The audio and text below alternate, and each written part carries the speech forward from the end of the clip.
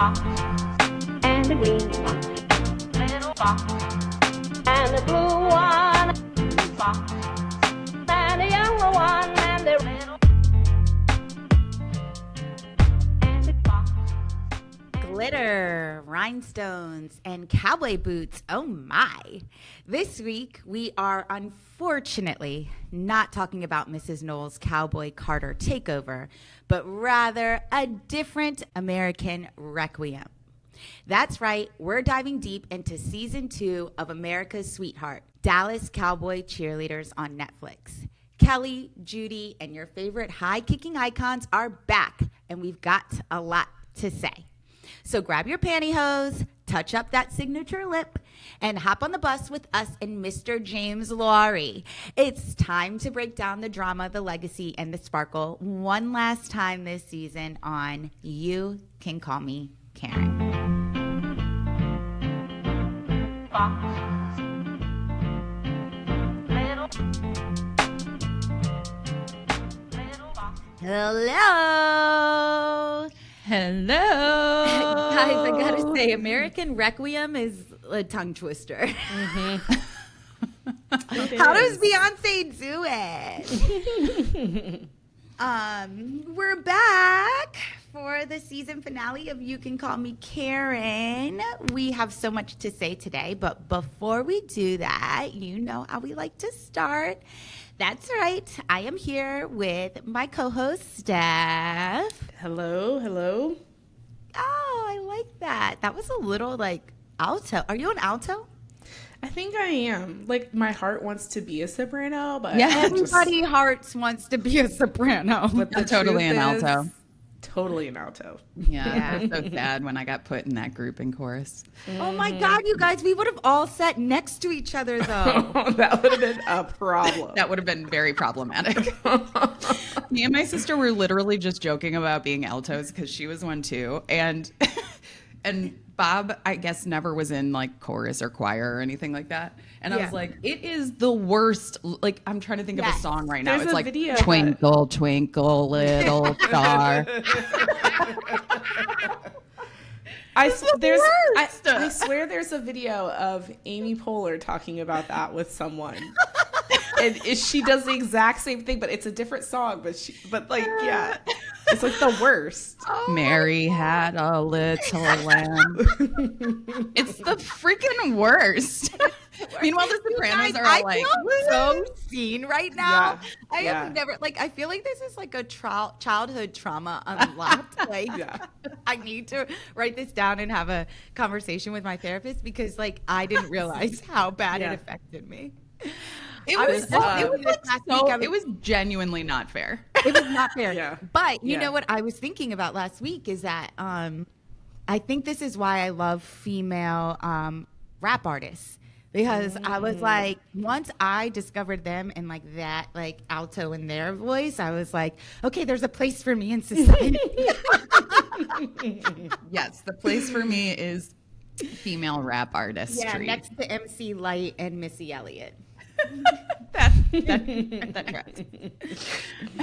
Okay, well, thank you guys for helping me through that, and I'm happy that I'm not alone.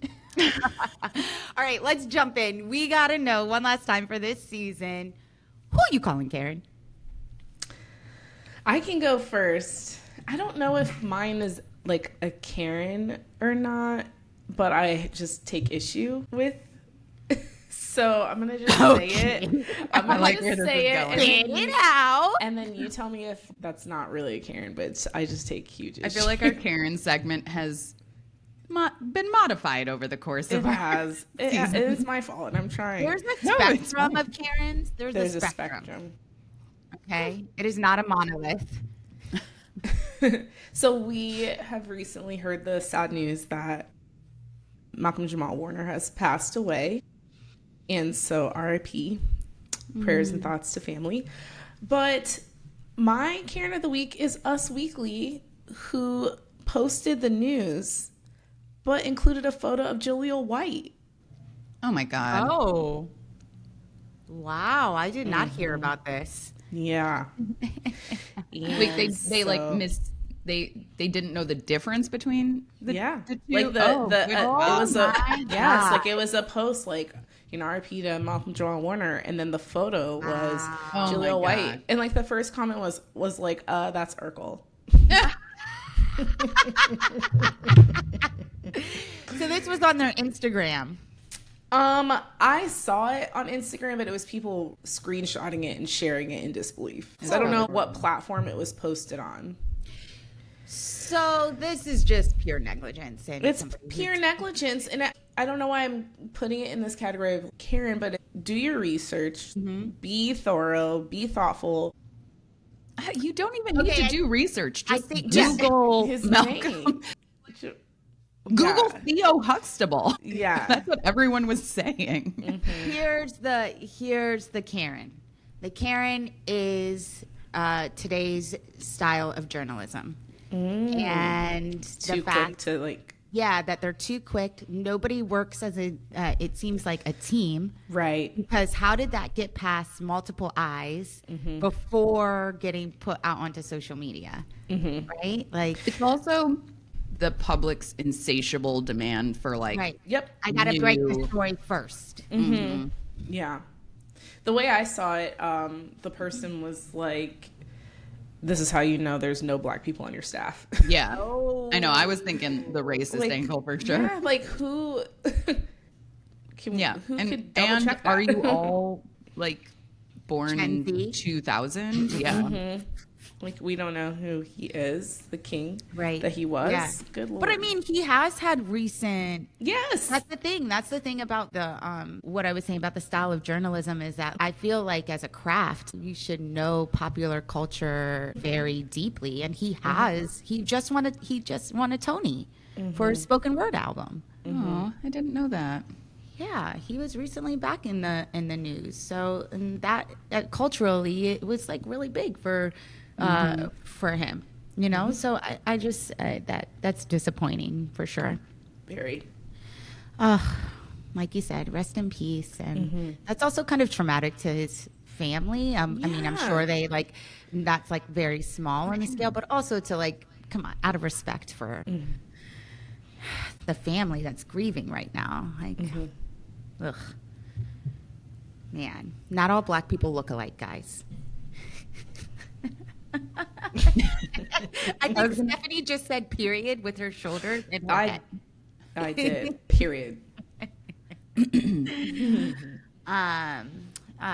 Unfortunate. Okay, Karen, let's move on because that I can't. Let's. I wanted to start some drama because Oh, I do have a Karen story, which we'll get to in just a moment. But when you opened with something about Cowboy Carter, did I make that up or did you say that? it's Something in the made me- notes, so go back and read. I will not. I will not. We are We're recording. not that I'm far done. down in the document. So I'm pretty sure you did, and it triggered a thought that I was at an exercise class on, I don't know, Monday or something, and one of the warm-up songs was I'm totally having a brain fart right now. Uh-oh. The main song from Cowboy Carter. Texas Hold'em? Thank you, Texas Hold'em. And so it was playing, and the woman who was running, like leading the class, was like, "I'm just gonna say that this is not country music." I was like, "Oh my God, you're starting shit right now." Wow. So First anyway, of all, no one asked you. no one asked you. Second of all, And if you don't think that, then don't play the fucking song. That part. Define country music. I think it checks all the boxes. You just don't like that she wasn't always country, I think is the problem. But she Anyways. has been always country. I know that this is also a Karen, but I do actually have a Karen story I wanted to share. Oh. I was like, that was pretty good. You just triggered I'm me, pretty and so I fired had up. to share it.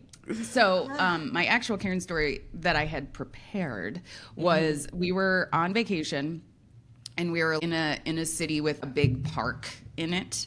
And in this park, there was this pool. It looked like a fountain to me. It was like probably a foot deep at the most. And then there was like these like concrete little circles that kind of did an arc through this pond that you could, they looked like stepping stones, like you could walk on them.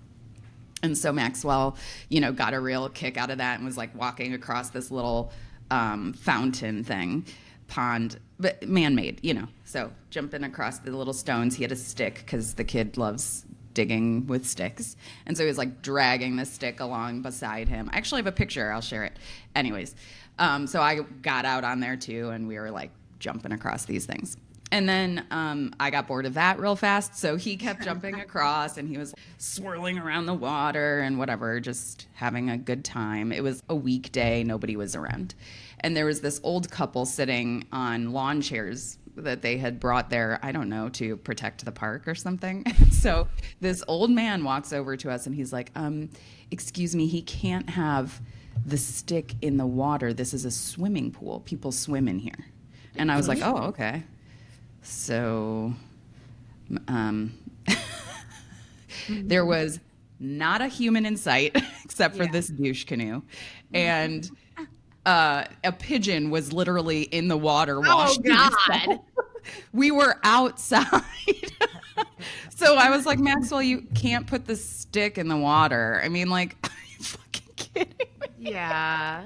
I was so, like, Karen, shut up. Go sit down. What are you protecting right now? Can you get the pigeon out of the water, please? Because that is causing everyone hepatitis or HPV or something disgusting. Like in the rocks? What? Sorry. Wasn't he jumping on rocks also in the water?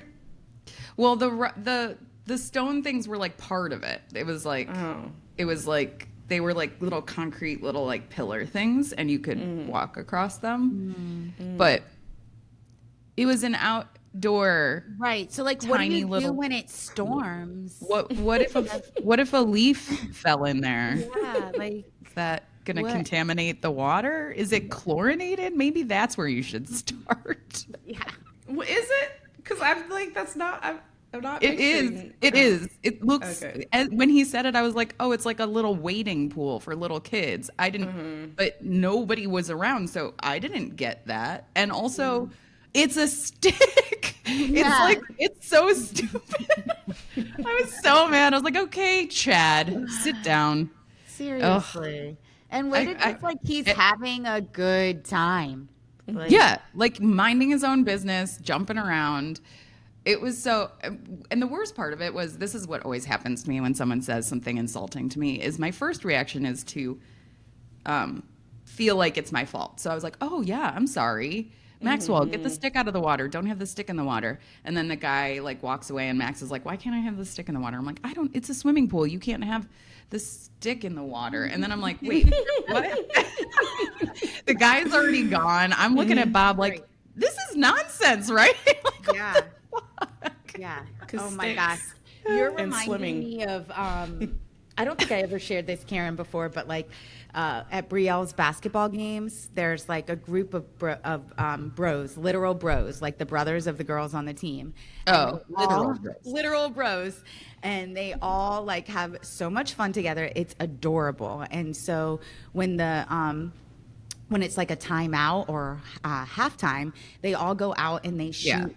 And they have like such a good time. And there's been a couple of referees who are like, you guys can't do that. You have to sit down. And I'm like, finally once I was like, why can't they do that? Why can't they do that? No, they're not bothering anyone. And by the way, the score is 50-12. Like, can we count some of these baskets and make this a game? Like, this is not serious, okay? Yeah, seriously, they're kids and they're sitting on the sideline for an entire basketball game. Give them 4 minutes of joy. Like, seriously. Yeah. I need to do better about questioning things like that, because what did the ref say when you're like, why can't they? He just kind of grumbled under his breath. He couldn't answer it. I'm like, yeah, because you're in a power struggle right now. Like, that's and you're realizing that that's a stupid rule. Right.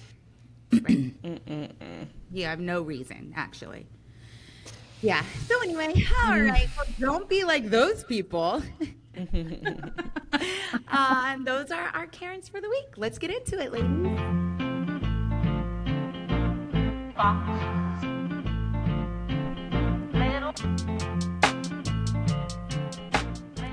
All right, y'all. I watched all of DCC season 2. We just found out Me too. Aaron did, which was the shocker of the century. Period. As the Gen Z say, I did not have that on my bingo card for the summer of 2025, but she did. Steph is still getting caught up, but we might spoil a little bit for her. But basically, I'm just really surprised because I think they listened to the You Can Call Me Karen podcast and covered every single thing that we unpacked in our DCC series last season. So it's like other people noticed what we noticed. no, we're the trendsetters, and people are clearly listening. But what made this season so exciting is that we got to see an Ohio State alum. Yes, our guy on screen multiple times during the auditions. We're going to look at episode 1 and 2. I think we'll try and contain it to episode 1 and 2, but really everything's a blur to me. But she was on screen multiple times, and watching her go through the process felt so surreal. So here's how today is going to look. Unlike our Dance Moms episode, we're going to attempt to actually recap the show. I don't remember our Dance Moms episode. I've blacked out all of our prior episodes. You were just like, I have issue with this. We're gonna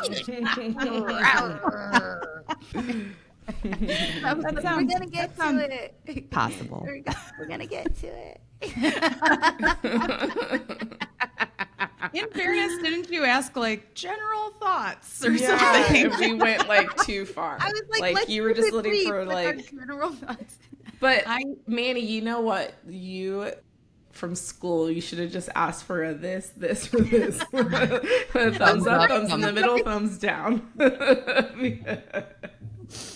Yeah, I feel like you walked into that because we were like ready to go. I thought there was the some door. restraint. I thought we could practice some restraint, but we ain't got that.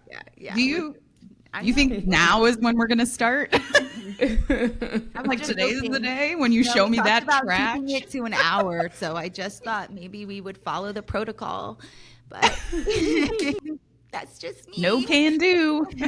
You also should know that I don't prep really for these, so Yeah, we know based off of the like to fly Beyonce blind. intro this time. All right. I'll follow your lead. I'm going to do my best. Doing here? No, you're not. You're not going to follow my lead. Okay. I don't even know what I'm doing, actually. This is like the least prep that I've ever done. It's summer in New Jersey. And We I'm have just like, a podcast. It's called You Can Call Me Karen. Okay. And we follow a certain format. Okay. And now we are at the part where you're supposed to lead the discussion. Oh, okay. Okay. So lead it away. I think what I want to start with is I see where I'm doing. Okay. I think what I want to start with is with Kelly. Are we surprised that she's a Democrat? Yes. I don't. Is she though? Are you saying that Or she is did she because just- of the reference to the suit? Yeah. Kamala Harris suit? Did she just do that for clickbait? Like I felt like that was. Well, wait, but that could go either way. Yeah. What do you mean? Like, okay, so first of all, let's give context to our audience who we're talking No, let's about. keep them in the dark. The mystery. So we're talking about when the season first opens, Kelly's getting dressed for auditions, and she's telling her stylist that she wants to wear a pantsuit like Kamala. Keep in mind you, that this is right, like they're filming this right as Kamala announced her candidacy. Right. So, so for her to say something like that is like, I think, a blatant It's probably statement. early on, She too, did. so... Yeah, like probably right, maybe even before she announced. But because that would have been like this time last year. But she also pronounced her name correctly. Yeah. I did notice that. Oh, Yeah. I didn't think about that. Yeah. Because remember before Wow, she the was bar is mentioned- the bar is really low if we're celebrating the correct pronunciation of the Vice President of the United States, but okay. Before she became the candidate, everyone called her Kamala. No, Kamala.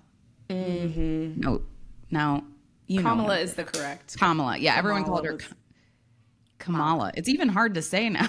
It's hard to say it wrong. I heard someone say it wrong just the other day, and I was like, where you been, man? Mm-hmm. Yeah. You're just doing that to so piss us I off. think, yes, the assumption, but I think when I can't remember, this is what tipped me off to watching this season, though, is because I think someone someone posted about that, of her making that comment, and that she has been a longstanding Democrat. That was like something that that surfaced up when people noticed her make that comment. So, Kelly? Are you guys surprised? I'm completely surprised. Mm-hmm. Say more. Shocked. Why? No. I feel like there's a bouginess about her, and a superficialness about her. This is terrible to say, but I felt like the times I was seeing her cry, I wondered if it was genuine. Yeah. Mm-hmm. And I feel like, this is a broad brush to paint Democrats with, but Democrats tend to be empathetic, and I feel like this is going down a path that real hateration problematic. Steph, we want to see your true colors. I'm off the rails. That is wrong. But all I'm saying is she just seems kind of fake sometimes, and I just feel like when you, especially in this climate and what's happening in the United States, to be left-leaning or Democrat or progressive or whatever title you want to give it, takes a lot of push through and grit and empathy, and you got to keep saying all this stuff that seems like common sense, and it's frustrating, and it's hard to be a Democrat right now sometimes. And so I'm just surprised that she is, and you said she's been a long-standing one, and she's talking about Kamala Harris on a big television show on such a big platform. I'm impressed. That makes me like her more. Mm-hmm. Yeah, I feel like I took a different angle with why I was surprised, but she's from Texas. Yeah. Mm-hmm. She works for the Dallas Cowboys, which is notoriously conservative. Yeah. Mm-hmm. Her boss is what do we call her? Betsy, Julia, Jessica, something. Mm-hmm. Charlotte, I think, is the name now. Mm-hmm. Yeah, I just think, and she's a wealthy Texan. Mm-hmm. I just assume they're going to be conservative leaning. So Yeah, I was what they shocked. showed last season, right, with the going to the church and the Christian of it all. I felt like there were undertones of conservatism that they Big were time. trying to show. So when Karen, you were it would profit her to be to say that. I think that it would profit her to be MAGA. I think that it could go. I think that actually. No, what I meant by what I meant by that was I get the sense that the audience for the show is very MAGA, very conservative. Mm-hmm. It speaks to all of those things you were just saying, Southern religious, conservative kind of values. And so I took it as ooh, and maybe we can get some Dems watching the show too.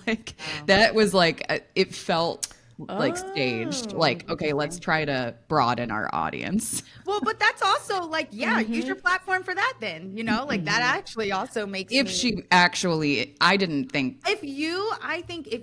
I would never pose to, if someone was we're trying to get more of this audience to so go against your ideology to try to bring them on. In the name of capitalism and money, people are shameless. I think you're being really Thomas Hobbes right now and cynical.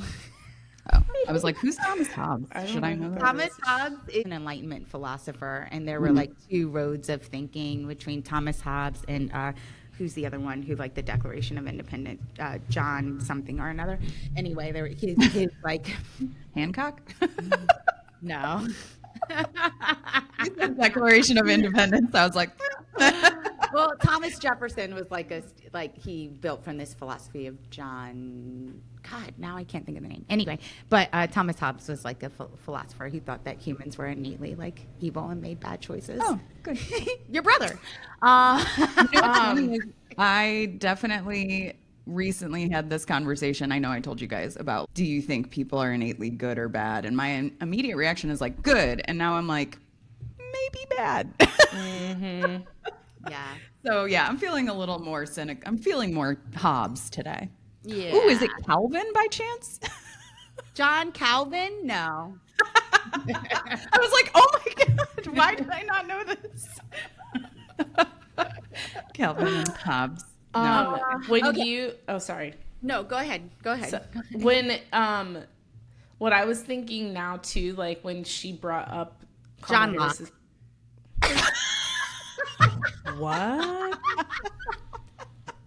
We're keeping on our straight and narrow today. Really. Okay, sorry, Steph. Go. When you're talking about the Kamala Harris suit, I was thinking back to, I don't know why this like interaction on a red carpet stayed with me, and maybe it was because, okay, so my very first presidential election that I voted in was in 2004. So the first person, like president I voted for was John Kerry, who unfortunately did not win. And I was watching some, like, I loved like pop culture and always watch like E! News and like all that kind of stuff. And there was an interview on the red carpet, and they were just stopping celebrities and saying like, which first lady style do you like better? And so they said Laura Bush or Teresa Hines. Like they were asking. And I remember vividly that Kristen Davis on Sex and the City was, so remember it's 2004, was walking down, and they stopped her, and she was like, Teresa. But you could tell that they were saying who they were politically leaning towards, because I don't believe that Teresa Hines was a style icon.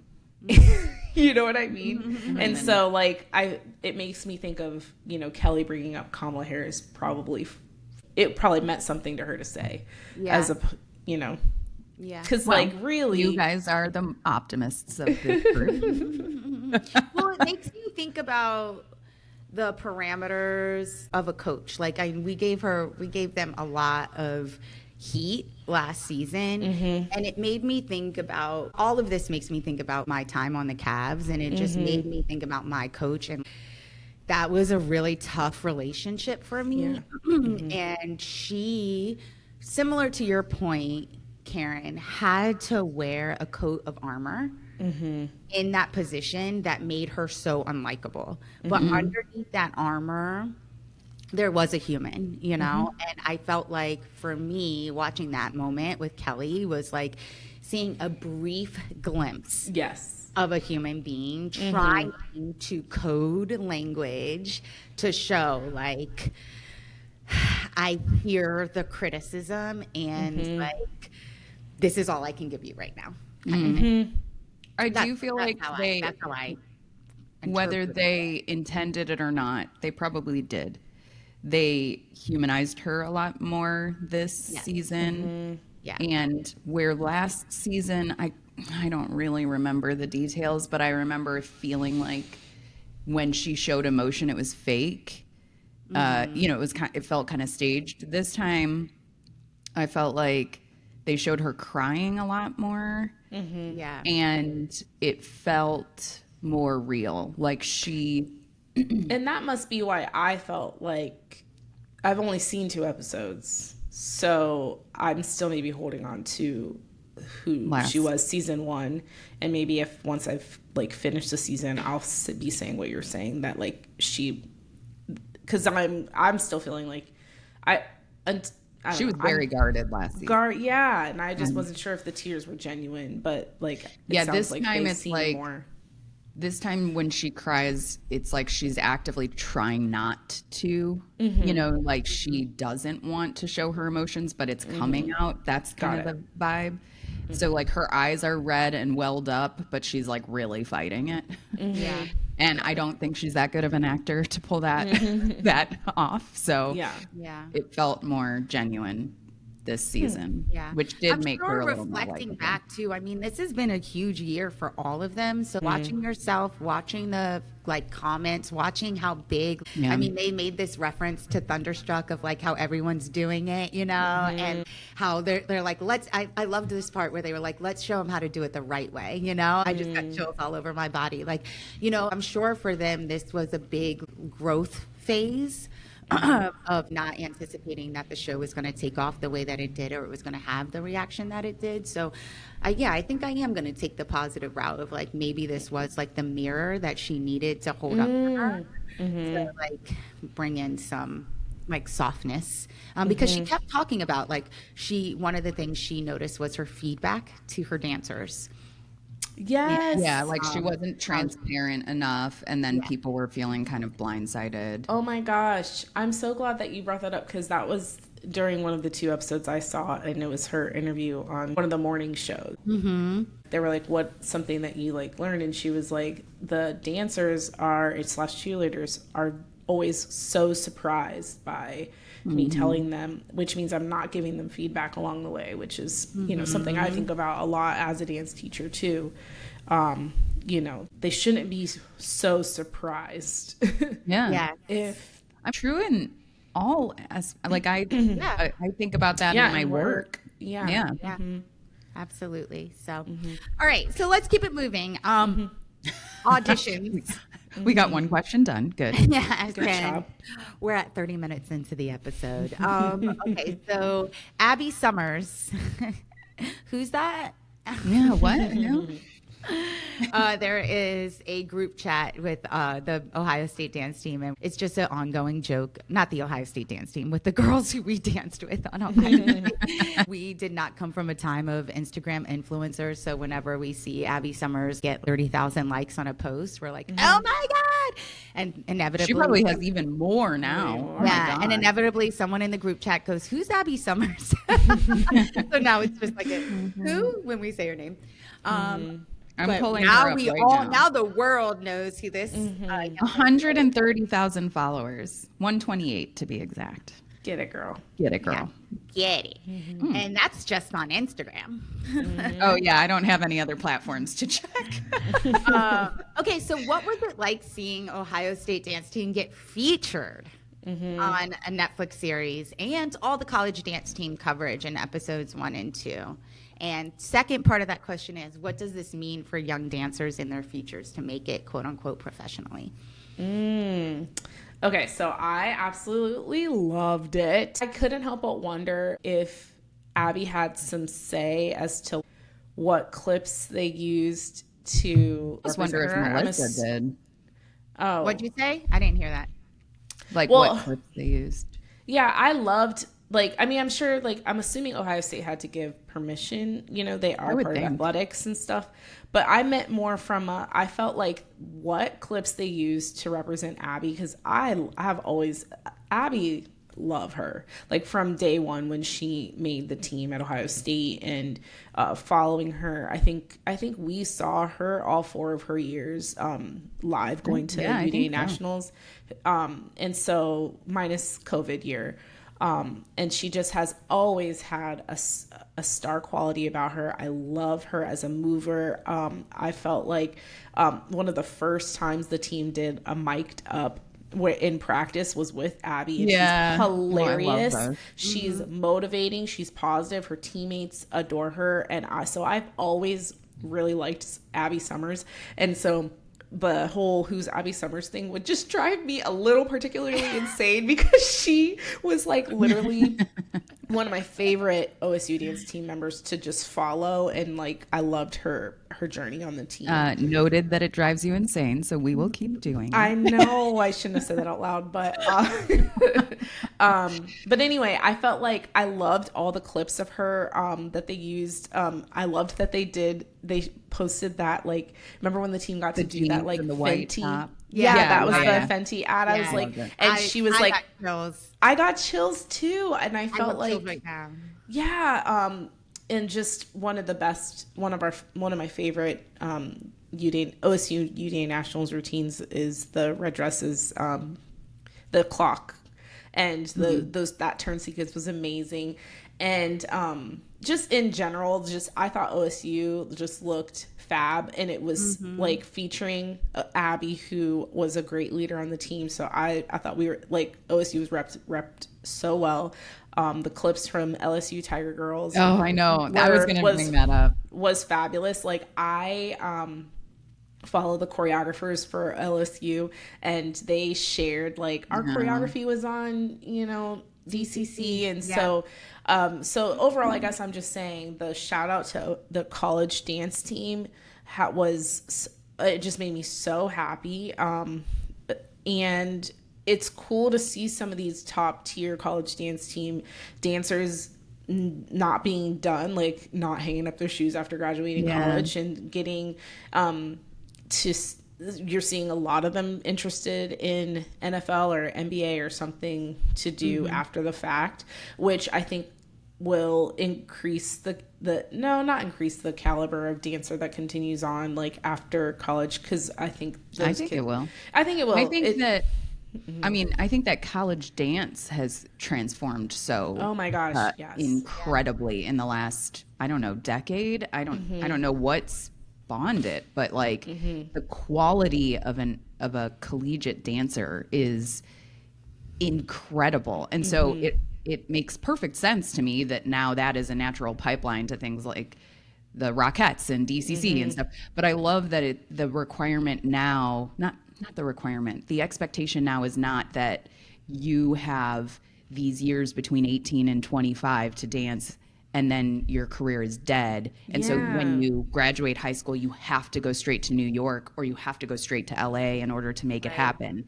It's like now college dance is part of your career. It's like it's an incredible platform. The caliber of the routines is insane. We bring in the best choreographers. Like it is like part of your career, and they have NIL now. So if you can get your face out there and people take a liking to your content, you can actually make money while you do it. So it's like making money in dance is hard enough as it is, let alone if you take 4 years to go to college. I just feel like the dance world game has like totally changed in the last few years. And I feel like that, just as a studio dance teacher and, just got back from the dance awards a few days ago too. I feel like another big catalyst to college dance team in that caliber, I would say would be Ellie Wagner and Ava Wagner coming in. They were Dance Awards Best Dancers and then chose college dance team. And now this whole like world of dance is considering college dance team. These highly trained, technical, stylized dancers are thinking about college dance team, which changes the landscape. And then, it's just like a studio dance takeover, and I love it. I love it. Yeah, it's bringing so much artistry. Sorry, we are totally getting off track, Manny. You want to rein us back in or what? I want you to stop telling me what to do. Okay. Oh my God. I think you guys were answering the question. I was going to let it go. I'm just saying, I just think, now here's my opportunity to be a little Thomas Hobbes, because all of that, there was a point in this season where Abby Summers' body was commented on. Did you make it there yet, Steph? Yes. Okay. And so I think that this is where I have a really difficult time with the professional cheerleaders, because they still want to be, they're getting these collegiate dancers, but they have a company for cheerleading, and cheerleading for the NBA is one thing, cheerleading for NFL is another thing, and they want these dancers to now be molded to their style and their signature, and sometimes the dancers are not prepared for that based off of the training and what they have experienced in collegiate dance. And I think that transition we did not get to see a lot of in season 2, and I'd be curious to see how they address that in season 3. So what I'm saying is that comment that was made about Abby Summers being too quote unquote muscular. And she talked about how, like, well, in the Ohio State dance team, we were jacked. And let me tell you something, that was intentional. That you have to be strong to get through those routines, man. And they consider them athletes. Yeah. And they take a holistic approach to building up their athlete mentally, emotionally, physically, and spiritually, right? And so I think that the the Dallas Cowboy cheerleaders took away at least 3 of those components in their training camp and what they do for their dancers. And I found that part a little dark. Yeah. I mean, all of the body stuff is always upsetting to me on that show. Like, I noticed. I did get to that episode where, Abby was like, "Yeah, we were jacked," and they showed the footage of her flexing her muscles. And I remember particularly the year that they wore those red dresses. And their backs and stuff. And there was a picture of their strength coach standing there with them, and their backs are turned and flexed and stuff, and we were just so proud how strong and healthy and fit and what it takes to, and that dance was gorgeous, it was beautiful, and it took that much strength and athleticism to make it look like that. I say that to my dancers all the time. You need to be strong to be beautiful. So I remember in that interview she was like, I realized that I don't need to lift. And the interviewer said, were you told that, or did you just figure it out? And she said, I figured it out. And but so she was like, I was told it. Do you remember? And so you could tell that she, the interviewer pushed back, was like push back. And, And so okay, her body has changed. I don't want to say that she's so much slimmer now, and I don't want to say that she's unhealthy, because I follow her on Instagram, and she does exercise a lot. She shows the food she eats, and she travels with her friends and does fun social things. I don't feel like I don't want to call her unhealthy, but it is crazy to see someone who is so strong and muscular to be more slim and that. But she talks about the difference in style of dance too. She's talked about that on the dance team. There was and she attack, especially in the palm. She said that they barked, and she said, I loved that. That made me laugh. And she said that there's a sassy and a sexiness that that style of dance is just as valuable and meritable, and so, or meritable, that's not a word, but there's merit to, I believed it, dancing that style too. And so when you're changing how you move and changing whatever, and I have to point out, I remember when we were on the team, and a girl who was older than us, I'm not going to say her name, but she graduated, left the team, and then came back, and she was so skinny. And we were like, whoa, dang, she is way skinny. And she basically said something because we also lifted 3 times a week, even as a club, we were training and doing cardio and strength and all that stuff. And so when that stopped, her body just changed. She was like, my body is it's just not doing what it did when, And she's still, if you see her today, she's still very slim. Like, and so all the muscle she built from like how hard we trained and worked. Right. And so I just bring that up to say, like, I don't know.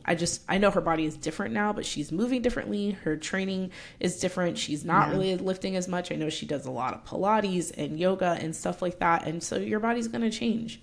Yeah. So. Yeah. Good point. All right. So I want to talk about the boyfriends. Yuck. Why are they Careful. so ugly? That's all I want to talk about. That's Okay, it. next Move on. I don't. question. I'm sorry. I don't need to be careful about that. There's a whole thing on TikTok about the boyfriends. Is there? It's so funny you said this out loud because like I'm trying so hard not to judge people by their like Appearance? what they were born with, but I definitely noticed. It's a difference. You're lucky, bro. Why? Like, I don't know. Why is it so stark too? Like, Yes. I think Yeah. that's a great question. What was the girl's name from last season who was like cute as a Reese. button? Reese. Reese. Okay, do you remember the scene with her husband at their wedding? With the which one? The tie I feel like around we've his heard head? it a few times. Yes, with the tie Wait, what? around his head. He like had a tie around Oh. his head doing like Cotton Eye Joe. I was like, Yeah. oh my God. I don't have a lot of confidence that Reese is going to stay married. I don't think is going to last in her life very long. I could kind of sense it. Like as the season went on, I was like, ooh, they're showing some cracks. Oh my god! Oh my gosh.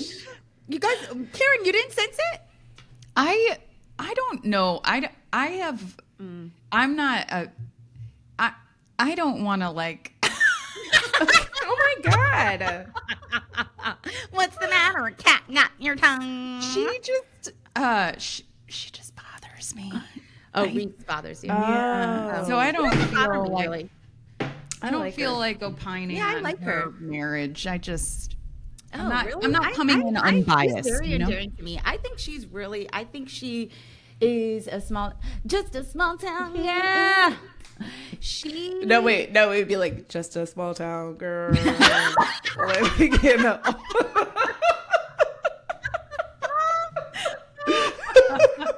Living in a lonely world. Oh my god. I'm gonna title this episode "Life as an Alto." Life is an alto. Oh my God. That was great. I don't even know. Let's keep it moving. I can't even. my gosh. All right. We got about like 5-ish minutes to go through 10 more questions. All right. Pick your favorites. Okay. I'm going to go with Dayton and her mom because, again, Steph hasn't seen most of the season. So I want to like talk about Dayton and her mom, especially because last season we had a similar dynamic with Victoria and her mom. So, like, is this Oh a my mental God. disorder?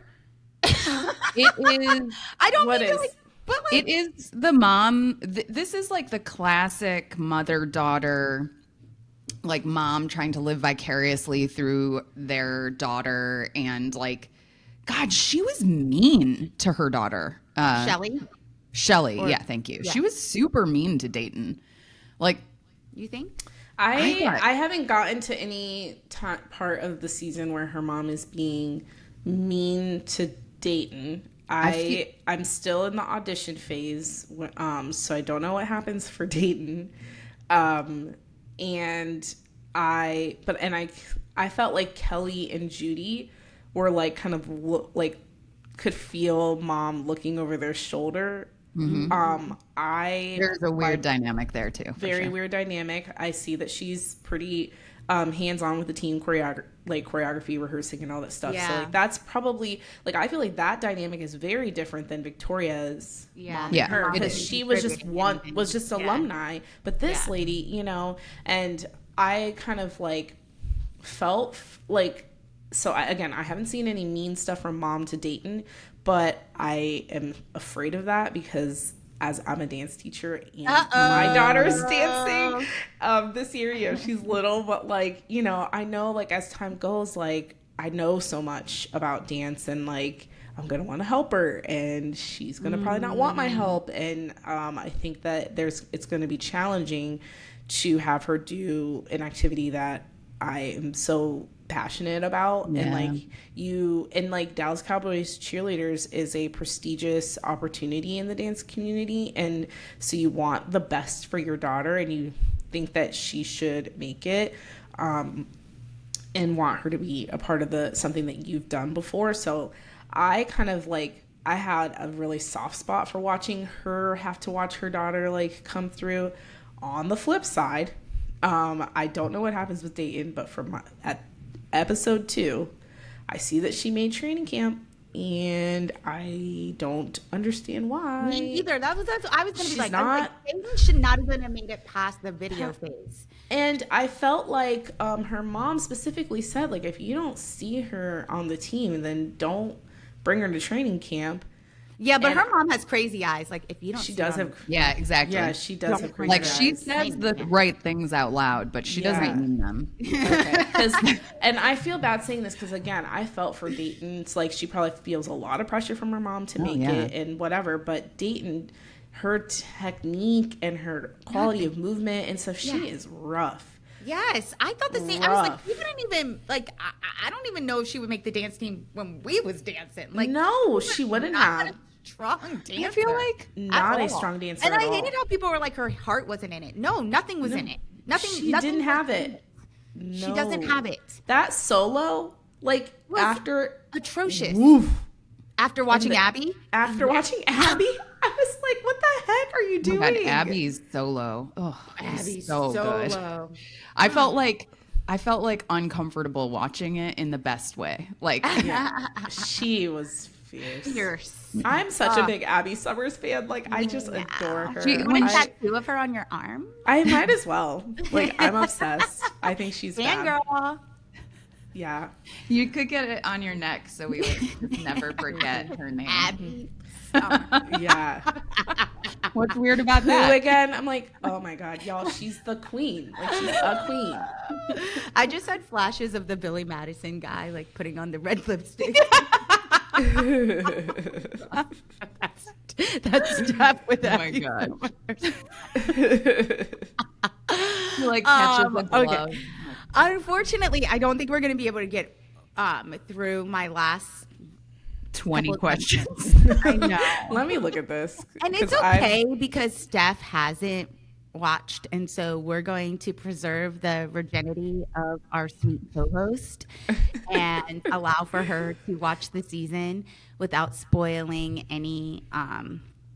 Okay, but the three of us need to regroup when she watches it because I have to debrief on the last episode particularly. Okay. Yeah, I know. I agree.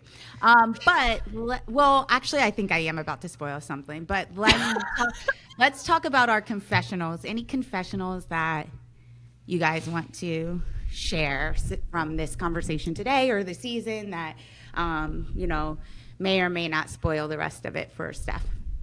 I have a very benign one, but the boyfriends got me. So, like, it's like one of those things that when you're watching it, you feel it, but you don't, like, I didn't quite, like, put your finger grab that feeling, and recognize it. And then you just said it out loud.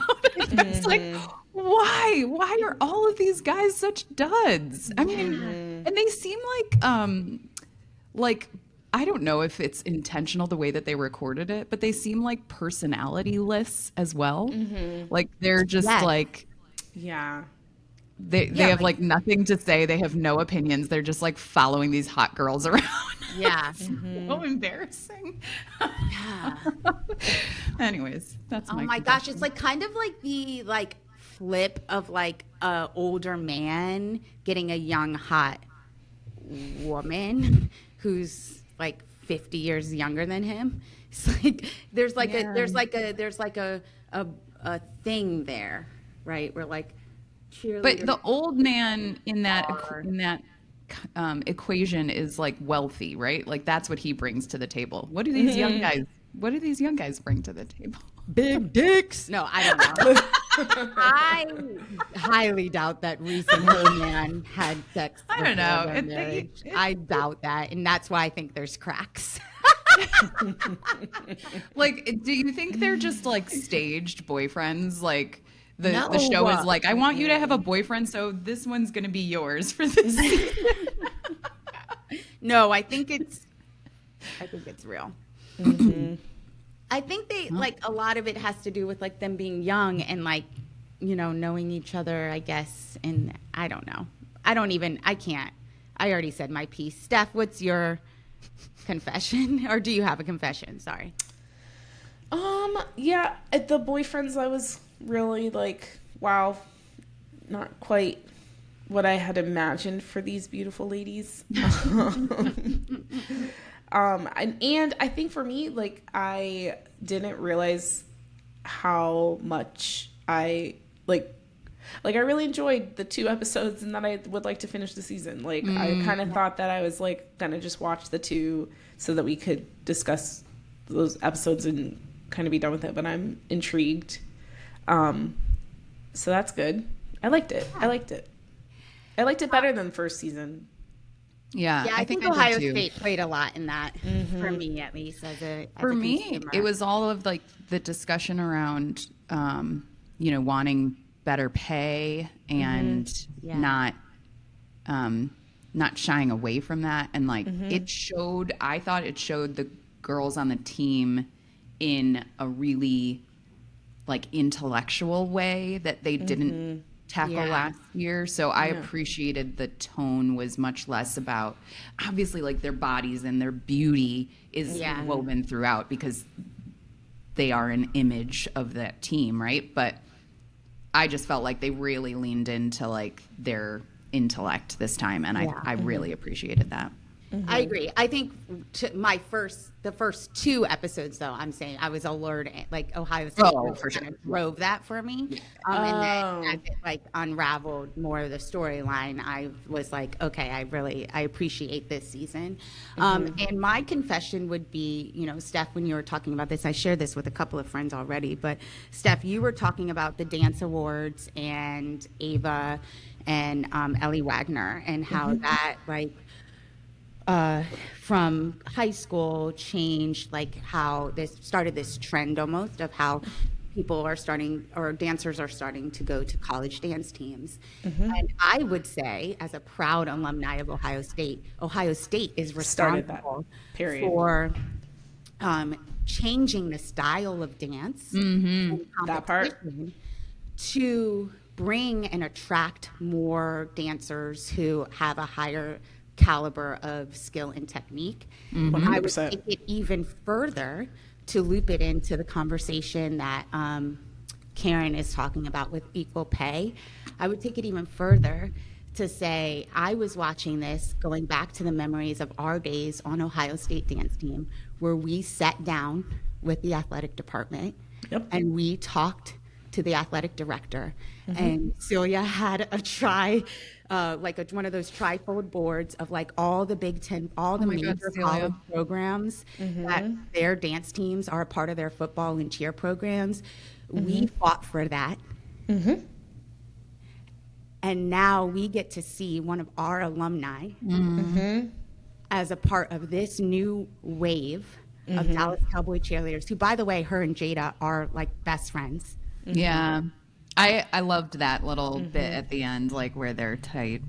We get to witness how far inspiration can go when you just plant a seed. And I feel like a couple episodes or seasons ago, or a season ago, we talked about that like the way humanity has to change is knowing that you're not going to be able to experience the immediate effect, and you might not be the beneficiary of it immediately, but if you do it, you will get to witness other people experience it. And I think that that's what's so cool about this whole thing for me. And that's what Jada talked about. Jada talked about that a lot. I loved that. Right.